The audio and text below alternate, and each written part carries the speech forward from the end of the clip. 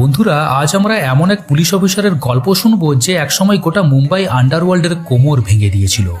Encounter specialist বিজয় সালাশকর, ডন দাউদ ইব্রাহিম থেকে শুরু করে অরুণ গাওলি, যার নাম শুনলেই ভয়ে থরথরিয়ে কাঁপত।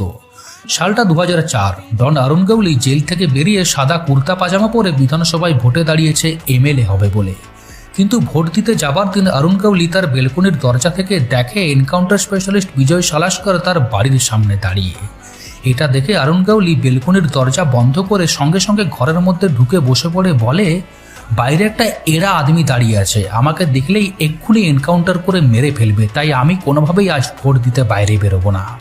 এরপর অরুণ গাওলি এমএলএ হবার পর বিজয় সালাশকর অরুণ গাওলিকে একদিন বলেছিলেন, তুমি এমএলএ হও অথবা মন্ত্রী, তোমার কুকর্মগুলোর জন্য আমি ঠিকই তোমাকে আবার একদিন টানতে টানতে নিয়ে গিয়ে জেলে ভরবই। তবে অত্যন্ত বেদনার বিষয় হলো 26/11 মুম্বাই হামলায় বিজয় সালাশকরের মতো বীর পুলিশ অফিসারকে ভারত মাতা হারিয়ে ফেলেছে।